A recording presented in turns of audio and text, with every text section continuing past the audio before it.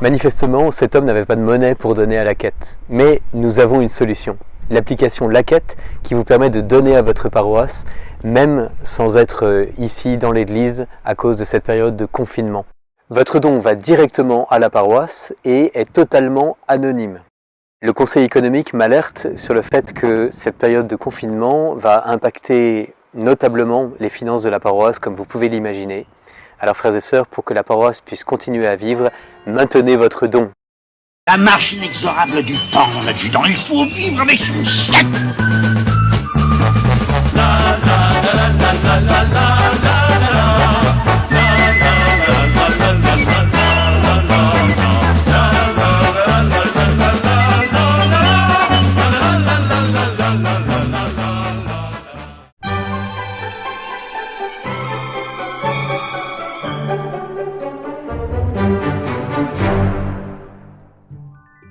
Chers amis du caté, heureux de vous retrouver. Je me suis mis dans mon bureau là parce qu'il fait un petit peu froid dehors, j'ai peur d'attraper un rhume. Et donc, nous voilà avec la petite Thérèse de Lisieux que vous avez remarqué puisqu'on était en pèlerinage à Lisieux il n'y a pas longtemps. J'ai pris, comme on en a un peu ras-le-bol là du confinement, on va pas se le cacher, et que tout le monde est un peu tendu, on va faire une vidéo un peu plus détendue avec plusieurs questions puisque les questions affluent. Et j'aimerais qu'il y en ait d'autres, donc demandez à vos parents de répondre aux mails qu'ils ont reçus avec vos questions, et j'essaierai d'y répondre. Pour aujourd'hui, la question d'abord de Pierre-Louis, qui sera complétée par celle de Gabriel. Comment c'est arrivé, le coronavirus, et pourquoi? Et Gabriel, et est-ce que Dieu est aussi le Dieu de nos chats? Alors je vais répondre à ces deux questions en un premier temps. Comment c'est arrivé? J'aimerais dire, on n'en sait rien, on ne sait pas tout, il sera temps de relire plus tard comment c'est arrivé, à quelle date précise c'est arrivé, ce qu'ont dit ou n'ont pas dit les Chinois, etc. Donc ça, laissez ça aux adultes. En tout cas, ce qui est sûr, c'est que c'est arrivé par un déséquilibre que l'homme a laissé entrer dans la nature. La nature a ses microbes. Et d'ailleurs, on a la grippe l'hiver, on peut avoir d'autres maladies qui sont dues aux microbes qui circulent sur la planète. Par contre, pour le coronavirus, eh bien, si comme on le dit, c'est parti d'un marché d'animaux vivants, d'animaux un peu bizarres, qu'on entassait les uns sur les autres, eh bien, c'est l'homme qui n'a pas pris soin de la nature et qui a laissé ce virus s'installer et ensuite grandir. Gabriel, dans la deuxième question, est-ce que Dieu est aussi le Dieu de nos chats? Eh bien oui, Dieu est le Dieu de l'univers, de tout ce qui est créé. Et même si on trouvait des extraterrestres, eh bien Dieu serait le Dieu de ces extraterrestres, des hommes, des animaux, des plantes, de tout ce qui fait partie de l'univers, de tout ce qui fait partie des univers que Dieu a créés. Il est à l'origine de toute vie, de toute possibilité de vie. Et donc oui, Dieu est le Dieu de nos chats, mais il prend plus soin encore des hommes et des femmes qui sont créés à son image et à sa ressemblance que des chats qu'il aime beaucoup et dont il prend soin aussi. Maintenant, une question de Gabrielle Dezelle, donc une fille, qui demande « Dans le désert, pourquoi Jésus refuse de transformer les pierres en pain ?» Alors, donc déjà Gabriel, tu as une grande culture biblique. Au début du carême, nous avons lu que Jésus est poussé par l'Esprit au désert. Et au désert, eh bien, le diable s'approche de lui et le tente. Ce sont les tentations de Jésus au désert. Il va connaître toutes les tentations que nous, les hommes et les femmes, nous vivons. La première tentation, qui est celle dont tu parles, c'est la tentation de l'avoir, d'avoir des choses matérielles, d'avoir de la nourriture, etc. Voilà, au début de la crise du coronavirus, on a vu certaines personnes courir dans les supermarchés et vider tous les rayons de pâtes, de lait, de beurre, etc. Ce n'était pas nécessaire puisque on réussit à manger aujourd'hui à notre faim tous les jours et on peut rendre grâce à Dieu pour cela. Ce n'est pas quelque chose qui est dû et pourtant c'est quelque chose qui nous est donné et auquel on s'était peut-être trop habitué. Alors donc, le diable s'approche de Jésus et au désert, il lui dit toi qui jeûnes depuis 40 jours, donc qui te prive de nourriture depuis 40 jours, tu as faim, n'est-ce pas? Demande à ces pierres de se transformer en pain, et comme tu es le Fils de Dieu, cela s'accomplira. Et là, Jésus répond, l'homme ne vit pas seulement de pain, mais de toute parole qui sort de la bouche de Dieu. Et donc Jésus qui est Dieu, le Fils de Dieu, eh bien, contre Satan, va contre le diable en lui citant la parole de Dieu et en lui disant, non, je ne dois pas faire cela, puisqu'il n'y a pas que la nourriture terrestre, je n'ai pas besoin de pain aujourd'hui, j'ai besoin de me ressourcer dans la parole de Dieu. J'ai besoin d'être branché à la nourriture que le Père me donne. À la fin de ce passage, après la troisième tentation, je ne vais pas toutes les faire, eh bien, le diable est vaincu, il s'en va, il s'écarte de Jésus, et le texte nous dit que des anges s'approchent de lui pour le servir. Et j'imagine qu'ils lui ont fait un superbe festin, bien mieux que s'il avait transformé les pierres en pain comme cela. Et donc cela nous dit aussi que Dieu, Jésus, respecte les lois de la nature. Il n'y a pas lieu de dire à ces pierres de devenir du pain.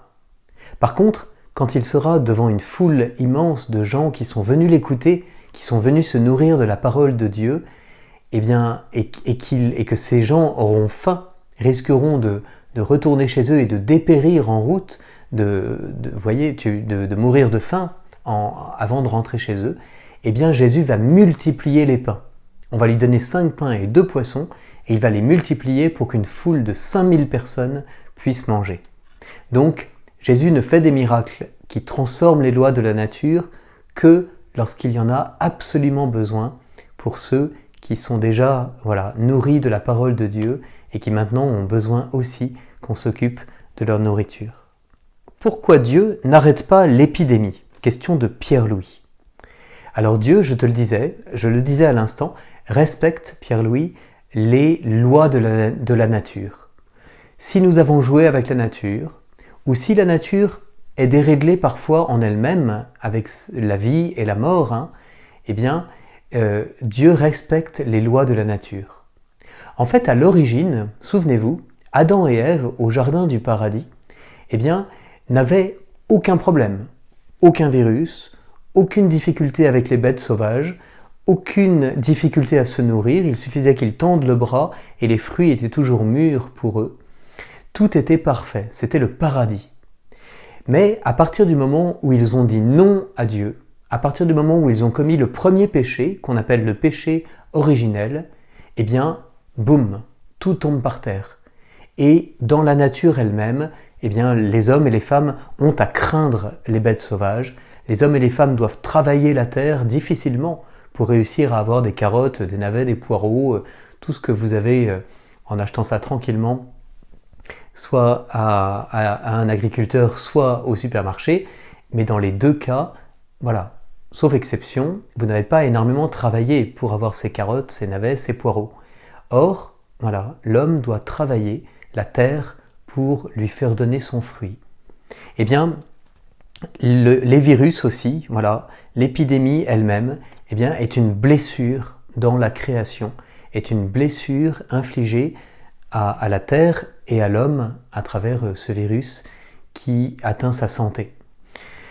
Dieu peut faire un miracle, nous lui demandons même de faire un miracle pour arrêter cette épidémie, et en même temps, eh bien, nous ne pouvons pas nous tourner vers lui comme si c'était de sa faute. Non, c'est de notre faute, dès la racine, et nous demandons pardon à Dieu pour cette faute, et nous lui demandons de nous sauver des conséquences de cette faute. Et j'espère, je prie, je vous avoue, tous les jours, en demandant au Seigneur, accorde-nous le miracle de l'arrêt de cette épidémie, mais accorde-nous surtout de changer nos cœurs, de les tourner vers toi. Accorde-nous que le miracle soit visible de tous, pour que tous nous ayons la joie de rendre grâce à Dieu et d'avoir laissé cette épidémie, les souffrances que nous traversons aujourd'hui, nous retourner les uns vers les autres et vers Dieu dans un plus grand amour. Éléonore qui demande « Comment est-ce qu'on va faire cette année pour Pâques ?» Très bonne question, Éléonore. Nous approchons des rameaux, donc ce week-end, ce sont les rameaux. Nous allons vous proposer quelque chose avec le catéchisme pour fêter les rameaux, même si nous le faisons à nos balcons, dans nos oratoires de la maison ou dans notre jardin si nous en avons un. Voilà, on va vous proposer quelque chose pour fêter les rameaux.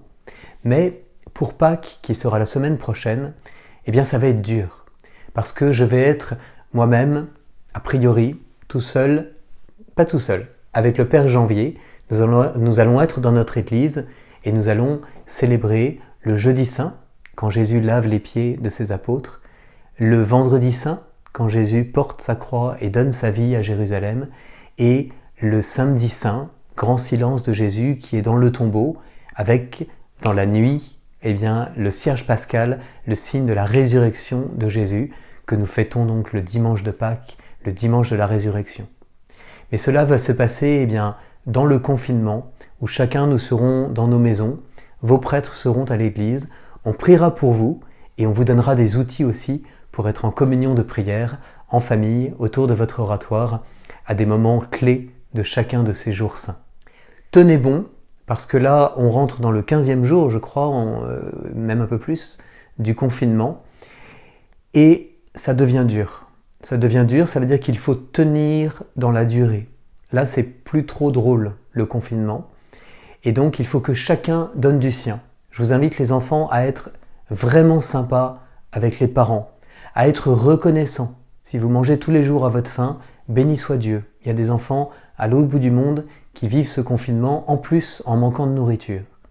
Donc remerciez vos parents, soyez délicats, rendez des services.